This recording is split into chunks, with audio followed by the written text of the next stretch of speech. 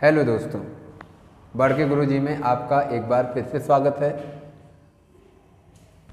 आशा करता हूँ आप सब सकुशल होंगे। देखिए, आज एक टॉपिक त्रिकोणमिति। आप ध्यान देना, ये थोड़ा सा जो अभी जो बच्चे आ रहे हैं, आपका पॉलिटेक्निक के जो बच्चे आ रहे हैं, है ना,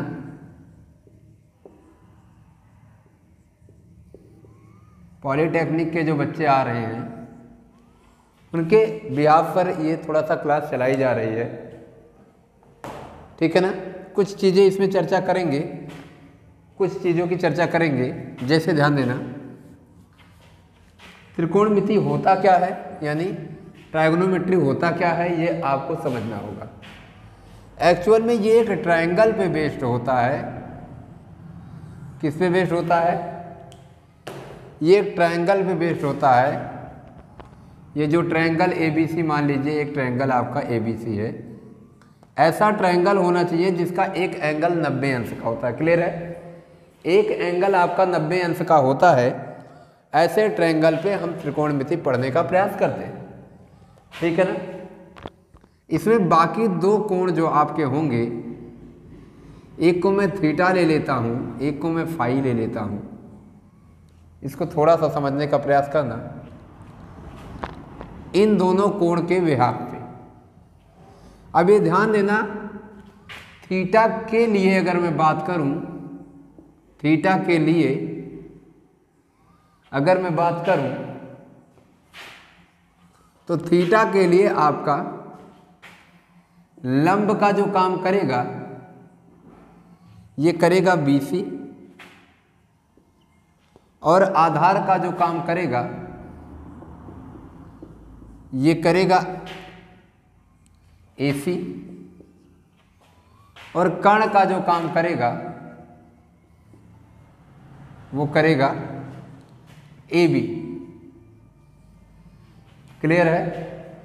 यानी हमको देखो, एक्चुअल में एक जो त्रिभुज नॉर्मली बनता है, आप ध्यान देना बच्चे, जो ये त्रिभुज बनता है ये ABC इस मॉडल का बनता है। ध्यान देना, बच्चे हमेशा यही पढ़े होते हैं। और यहाँ पे समकोण बनाया गया होता है, और आप सीधे करते क्या हो, आप इसको समझ लेते हो कि गुरुजी ये जो कर्ण है ये AC है, इसीलिए पाइथागोरस प्रमेय AC का स्क्वायर बराबर AB स्क्वायर प्लस में BC स्क्वायर, है ना। ये आप पढ़ लेते हो, समझ पा रहे हो। हमको इसे नहीं पढ़ना है, हमको इसे नहीं पढ़ना है कि AC स्क्वायर बराबर AB square plus BC square. हमको केवल एक ही चीज पढ़ना है, क्या? कर्ण का स्क्वायर, क्या? कर्ण का स्क्वायर बराबर जो होता है ये लंब के स्क्वायर और आधार के स्क्वायर के योगफल के बराबर होता है। आधार के स्क्वायर के योगफल के बराबर होता है। ये चीजें हमको पढ़नी है, ठीक है ना भाई। समझ लेना इस बात को। हमको बस इतना ही जानना है कि जो ये कर्ण का स्क्वायर होता है ये लंब स्क्वायर और आधार स्क्वायर के योगफल के बराबर होता है। अब कर्ण क्या है, इतना तो आप जानते हो भाई। 90 के सामने की भुजा कर्ण कहलाएगी, 90 के सामने की भुजा कर्ण कहलाएगी, और शेष दोनों भुजाओं में से जिस कोण की बात करेगा उसके सामने की भुजा लंब कहलाएगी, और इसके जस्ट बगल वाली भुजा क्या कहलाएगी? आधार कहलाएगी। अब उसमें कौन सा AB है, कौन सा AC है, कौन सा BC है, इससे मतलब नहीं रखता। 90 अंश के सामने की भुजा कर्ण कहलाएगी, जिस कोण की चर्चा करेंगे उसके सामने की भुजा लंब कहलाएगी, और बची हुई भुजा क्या कहलाएगी? आधार कहलाएगी। इतना आपको ध्यान रखना है, ठीक है। तो थीटा के लिए लंब का काम कौन करेगा? थीटा के सामने की भुजा BC, और आधार का काम कौन करेगा? AC, और कर्ण का काम कौन करेगा? AB करेगा। यही अगर हम फाई की बात करें, फाई के लिए, यही अगर हम फाई के लिए बात करें, फाई के लिए, तो आप ध्यान देना फाई के लिए सब कर्ण तो वही रहेगा, कर्ण तो वही रहेगा भाई, कर्ण में बदलाव नहीं आना है, कर्ण तो आपका वही रहेगा।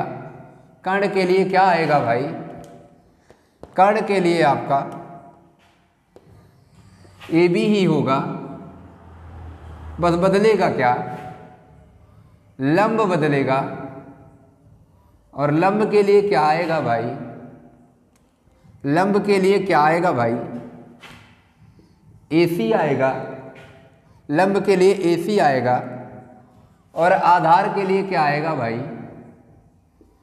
आधार के लिए क्या आएगा भाई, आधार के लिए BC आ जाएगा। फाई के सामने की भुजा लंब कहलाएगी जो कि AC हो जाएगी। 90 के सामने की भुजा सदैव कर्ण कहलाती है जो कि आपकी AB हो जाएगी।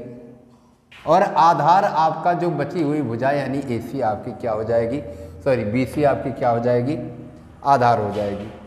इतनी बात आप समझ पाए, इतनी बात आप समझ पाए तो ठीक है भाई।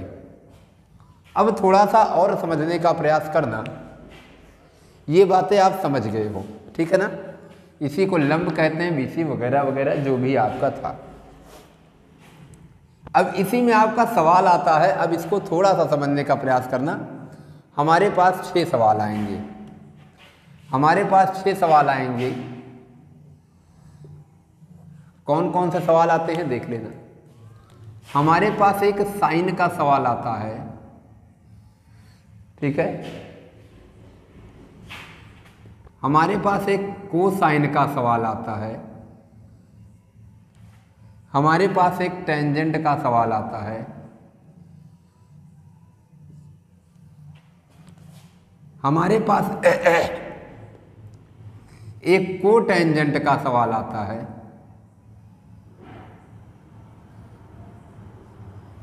हमारे पास एक आपका, ठीक है, सीकेंट का सवाल आता है, और हमारे पास एक कोसेकेंट का सवाल आता है। कोसेकेंट का सवाल आता है, ये ध्यान देना। इसी के 60 फॉर्म को 3-3 आगे का लेते हुए, है ना, 3-3 आगे का लेते हुए बाकी सबको हटाते चले जाते हैं। अब जब यहाँ बात आती है 3 हटता है कोसेकेंट से, तो यहाँ ध्यान देना, ये कॉस बराबर दिख जाता है, इसलिए मजबूरी होती है कि इसको थोड़ा सा अलग देखा जाए। तो हम कहते हैं एक अक्षर और ले लेते हैं, एक लेटर और ले लेते हैं, और जैसे हम एक लेटर और लेते हैं तो ये क्या हो जाता है, ये कॉस हो जाता है। अब भाई लेटर बदलने से कोई फर्क नहीं पड़ा, साउंड में इसे भी कॉस बोलोगे, इसे भी कॉस बोलोगे, इसलिए फिर क्या करते हैं, इसका 2 लेटर ज़्यादा ले लेते हैं और ये कॉसेक बन जाता है। क्या बन जाता है, ये बन जाता है साइन, ये बन जाता है कोसाइन, कोस, ये बन जाता है टेन, टेन, ये बन जाता है कॉट, ये बन जाता है आपका सेक, और ये बन जाता है आपका कॉसेक। क्या बन जाता है, कॉसेक, यानी साइन, कॉस, टेन, कॉट, सेक और कॉसेक बन जाता है। अब समझ पाए हो, आसान सा है, बिल्कुल आसान सा है, कोई कठिन नहीं है। तो आपने थीटा के लिए आपने देखा क्या लंब होता है, क्या आधार होता है, क्या कर्ण होता है, और फाई के लिए देखा आपने क्या लंब होता है, क्या आधार होता है, क्या कर्ण होता है। आपने देखा अनुपात इसमें कितने होते हैं, 6 होते हैं। कुल कितने त्रिकोणमितीय अनुपात होते हैं, त्रिकोणमितीय अनुपात, त्रिकोणमितीय अनुपात बोला जाता है। क्या, त्रिकोणमितीय, त्रिकोणमितीय अनुपात, अनुपात कितने होते हैं भाई, 6 होते हैं। त्रिकोणमितीय अनुपात कितने होते हैं भाई, 6 होते हैं। क्लियर है ना, इनको आपने समझ लिया। अब एक्चुअल में त्रिकोणमितीय अनुपात होते क्या हैं, इनको थोड़ा सा समझ लो। हम फिगर को थोड़ा सा अलग बनाते हैं, ठीक है ना, ध्यान देना। वही फिगर जो मैंने अभी बनाया था, ए बी और सी, और ये 90 डिग्री। इसको मैंने लिया था थीटा, इसको मैंने लिया था फाई। अब इसी सवाल से अब साइन को मैं चेंज करूंगा, साइन से दो चीज़ें निकालूंगा, ध्यान देना। कॉस से भी दो चीज़ें, टेन से भी दो चीज़ें, कॉट से भी दो चीज़ें, सेक से भी दो चीज़ें, और कॉसेक से भी दो चीज़ें निकालूंगा। ये माइंड में आपके होना चाहिए। मैं दो चीज़ें फाइंड करूंगा, दो अनुपात फाइंड करूंगा। अब देखो साइन से कौन सा अनुपात फाइंड करूंगा, ये आपके माइंड में रहे। मैं साइन से फाइंड करूंगा साइन थीटा और साइन फाई, ठीक है ना। कॉस से मैं क्या फाइंड करूंगा, कॉस थीटा और कॉस फाई। टेन से मैं क्या पता करूंगा, टेन थीटा और टेन फाई, ठीक है ना। कॉट से भी कॉट थीटा और कॉट थीटा और कॉट फाई।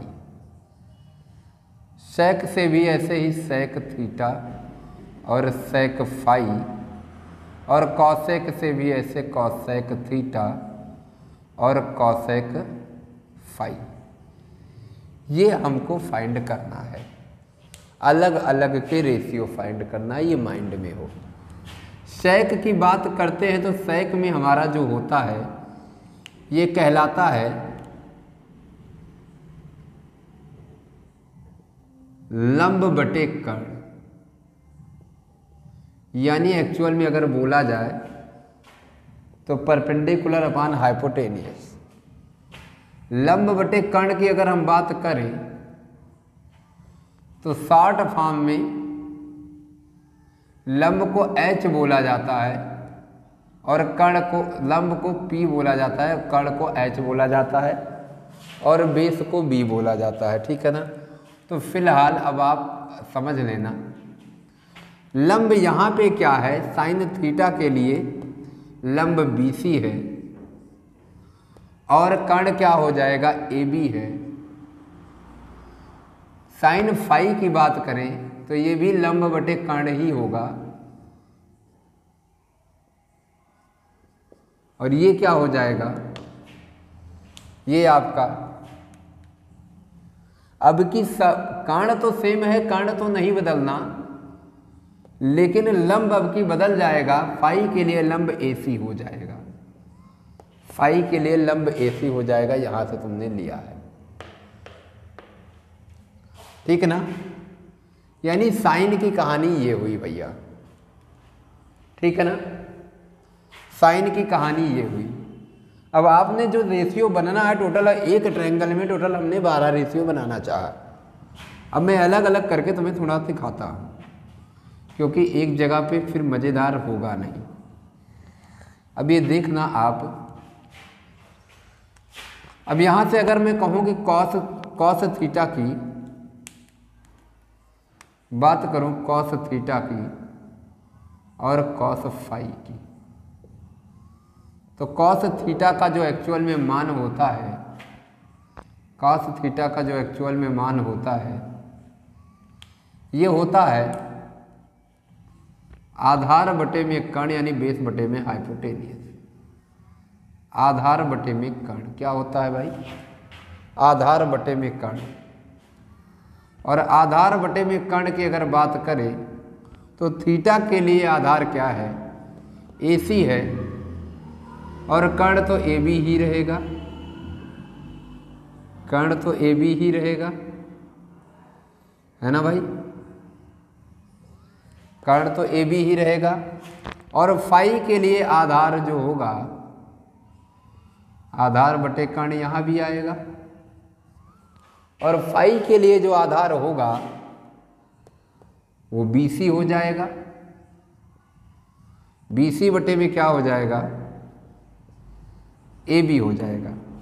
यानी साइन थीटा की अगर हम बात करें तो लंब बटे में कर्ण होता है और साइन फाई की बात करें तो भी लंब बटे में कर्ण होता है, बशर्ते अब कि यहाँ का लंब अलग होगा और इस बारी का लंब अलग होगा। थीटा के अनुसार लंब बदल जाते हैं, आधार बदल जाते हैं, कर्ण वही रह जाते हैं। जब फाई की बात आती है तो आधार या लंब कुछ और हो जाता है, कर्ण वही रह जाता है। अब जब हम tan की बात करते हैं, tan थीटा या tan फाई, tan थीटा या tan फाई, तो एक बात ध्यान देना, tan थीटा की अगर हम बात करते हैं तो ये होता है लंब बटे में आधार। क्या होता है? लंब बटे में आधार। और ऐसे केस में लंब का मान आपका थीटा के केस में BC है और आधार का मान इसका थीटा के केस में AC है। और यही अगर फाई की बात करें तो भी हमारा क्या लगेगा? लंब बटे में आधार। क्या लगेगा? लंब बटे में आधार। और यहाँ की अगर हम बात करें तो फाई के लिए लंब का मान AC है और बेस आपका BC है। यानी साफ बात है कि ये दोनों आपस में क्या हो जाते हैं भाई? बदल जाते हैं। ये दोनों आपस में क्या हो जाते हैं? बदल जाते हैं। इसीलिए एक चीज़ और हुआ कि अगर tan थीटा और tan फाई का मल्टीप्लिकेशन किया गया हो तो उसका मान सदैव 1 होता है यदि दोनों थीटा मिला करके 90 अंश का कोण बनाते हो। बातें समझ पाए? यदि दोनों थीटा मिला करके 90 अंश का कोण बनाते हो तो tan थीटा और इंटू tan फाई, यानी एक फार्मूला हमें दिखा, क्या दिखा भैया? एक फार्मूला हमको दिखा भाई कि tan थीटा, नोट कर लेना भाई, tan theta into tan phi बराबर 1 यदि, या यदि नहीं, जहां लिखो, जहां थीटा प्लस फाई बराबर 90 अंश हो। यानी थीटा और फाई एक ही ट्रायंगल के कोण हो और वह ट्रायंगल जो हो वो समकोण ट्रायंगल हो, यानी समकोण त्रिभुज हो। तो किसी भी समकोण त्रिभुज में समकोण को छोड़कर बचे दोनों कोणों के tan का गुणनफल सदैव 1 होता है। क्यों? क्योंकि BC बटे में AC गुणे AC बटे में BC, AC से AC कटा, BC से BC कटा, बराबर आ गया भैया 1। क्लियर है? बातें समझ पाए? चल आगे बढ़ते हैं। यहाँ पे गुणा करने से कोई फर्क नहीं पड़ना। लंब यहाँ पे आपका BC, यहाँ पे देखो सब अलग अलग है, AB स्क्वायर हो जाता है, तो इसीलिए वहाँ नहीं, जो खास होता है उसी को देखते हैं। अब थोड़ी देर के लिए हम इसे मिटाते हैं, थोड़ी देर के लिए इसे, क्योंकि अब इसकी हमें ज़रूरत अब यहाँ पे नहीं है। इसकी ज़रूरत जब पड़ेगी तो हम देख लेंगे। अब एक हल्का सा हम देख लेते हैं, है ना, हल्का सा हम देख लेते हैं इसको। ये समझ पा रहे हो? अब यहीं पे अगर हम बात करेंगे कॉसेक की, तो कॉसेक का मतलब जो होता है वो होता है कर्ण बटे लंब। क्या होता है? कर्ण बटे लंब। कॉसेक का मान जो होता है वो होता है कर्ण बटे लंब। यानी बात साफ है, कर्ण बटे लंब का मतलब होता है, ये देखो, कर्ण बटे लंब यानी साइन का हाफ, 1 बटे में साइन। कर्ण बटे लंब यानी 1 बटे में साइन। कॉस का भी मान होता है सेक के केस में, सेक का मान जो होता है भैया वो होता है कर्ण बटे आधार। क्या होता है? कर्ण बटे आधार। यानी अगर इसको पलट दिया जाए तो 1 बटे कॉस, या tan का जो मान होता है भैया, कॉट का जो मान होता है वो होता है आधार बटे कर्ण, वो होता है आधार बटे लंब।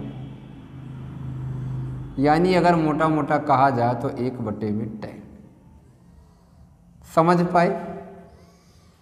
यानी साइन के जो मान होते हैं, साइन के जो मान होते हैं उनका रेसिप्रोकल कॉसेक होता है, कॉस के जो मान होते हैं उनका रेसिप्रोकल सेक होता है, और tan का जो मान होता है उसका रेसिप्रोकल भाई कॉट होता, सॉरी कॉस नहीं भाई, कॉस नहीं, कॉस तो है ही है,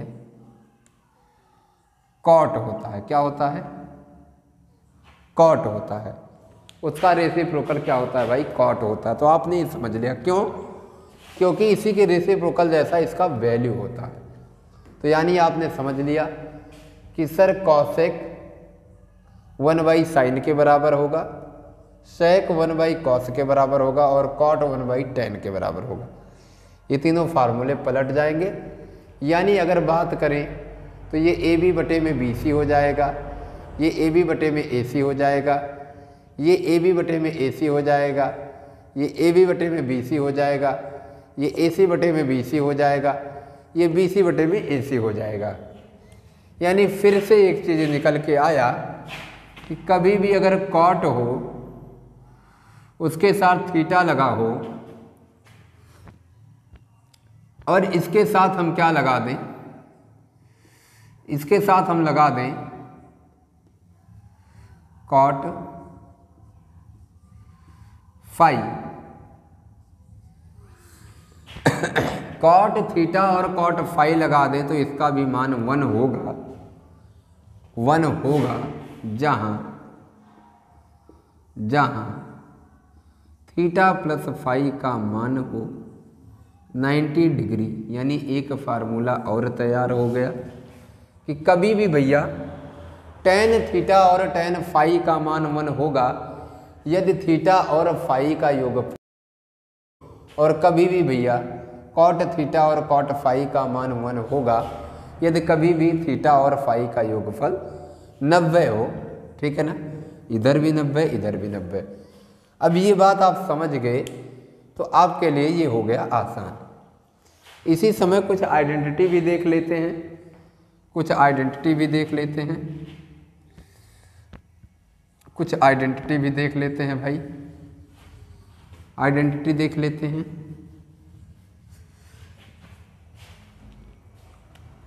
आइडेंटिटी में आता है जैसे sine square theta plus cos square theta, ये भी एक 1 के बराबर होता है। ठीक है? यहीं से आपका sec square theta minus tan square theta,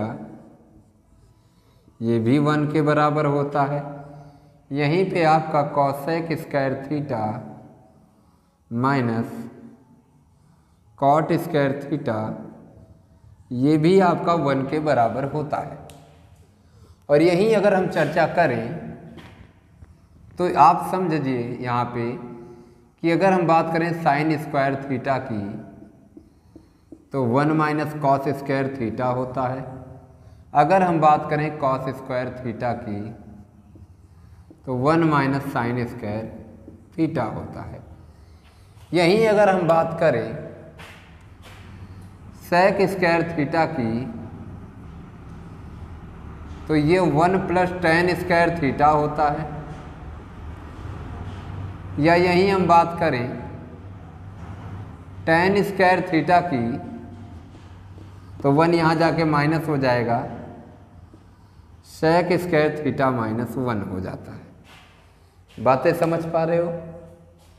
यहीं अगर हम बात करें कॉसेक स्क्वायर थीटा की तो 1 प्लस कॉट स्क्वायर थीटा हो जाता है, और यही अगर हम बात करें कॉट स्क्वायर थीटा की तो ये कॉसेक स्क्वायर थीटा माइनस में 1 हो जाता है। तो ये एक आइडेंटिटी की हेल्प से हमने, इस आइडेंटिटी की हेल्प से दो फार्मूले बनाए, इस आइडेंटिटी की हेल्प से दो फार्मूले बनाए, और इस आइडेंटिटी की हेल्प से हमने दो फार्मूले बनाए।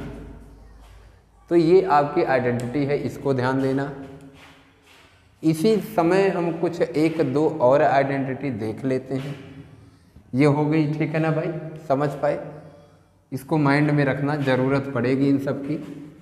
इसी के साथ में हम एक दो आइडेंटिटी और देखने का प्रयास करते हैं। जैसे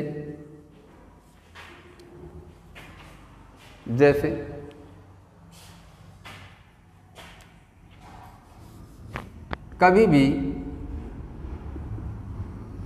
साइन थीटा और कॉसेक थीटा आता है तो इसको 1 बोला जाता है। कभी भी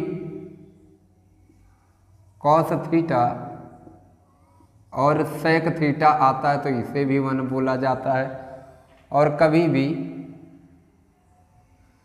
टेन थीटा और कॉट थीटा आता है तो इसे भी 1 बोला जाता है। यानी समान एंगल पे साइन और कॉस का मल्टीप्लिकेशन 1 होता है, समान एंगल पे कॉस और सेक का मल्टीप्लिकेशन 1 होता है, और समान एंगल पे टेन और कॉट का मल्टीप्लिकेशन क्या होता है भाई? 1 होता है। क्लियर है ना? यहाँ तक समझ पाए? कुछ थोड़ा सा और चीज़ें देखते हैं, ध्यान देना एक एक पॉइंट। ये सब एग्जाम बेसिस के क्वेश्चन हैं, डायरेक्ट तुम्हारे एग्जाम में पूछे जाते हैं। इसी टाइप को कुछ बता करके दे दिए जाते हैं। कह दिया जाता है कि tan 40 degree multiply by of cot 40 degree is equal to, option में होता है 1। क्लियर है ना? समझ लेना। अब दूसरी चीज़ समझना, कुछ चीज़ें और भी होती हैं, जैसे sine square theta plus sine square phi, sine square theta plus sine square phi का भी मान 1 होगा जहां थीटा और फाई का योगफल 90 अंश होगा। ऐसे अगर हम चर्चा करें तो cos square theta plus cos square phi का मान भी क्या होगा भाई? 1 होगा जहां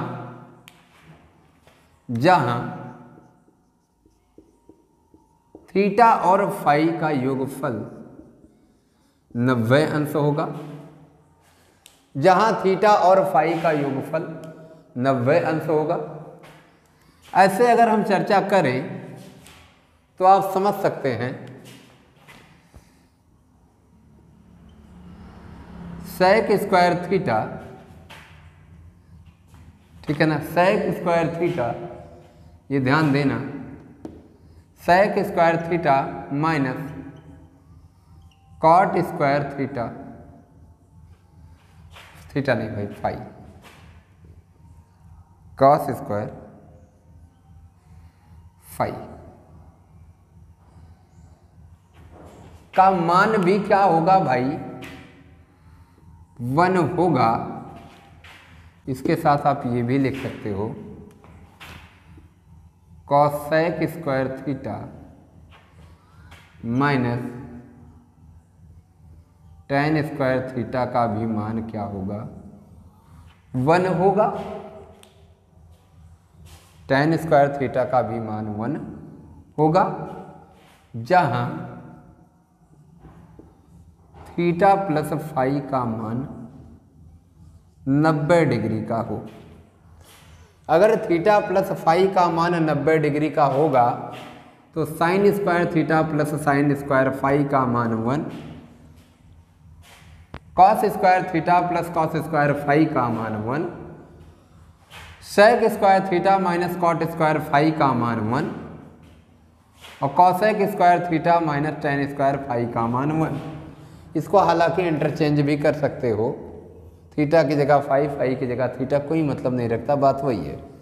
लेकिन इन सब पे ध्यान देना, थीटा और फाई का योगफल 90 होना चाहिए। तो इतनी आइडेंटिटी लगती हैं भाई, बातें समझ पाए, इतनी आइडेंटिटी लगती हैं। हमने हल्का सा फार्मूला समझा, ये सारे जो रेशियो होते हैं, ये सारे के सारे जो अनुपात होते हैं, ये सब के सब भैया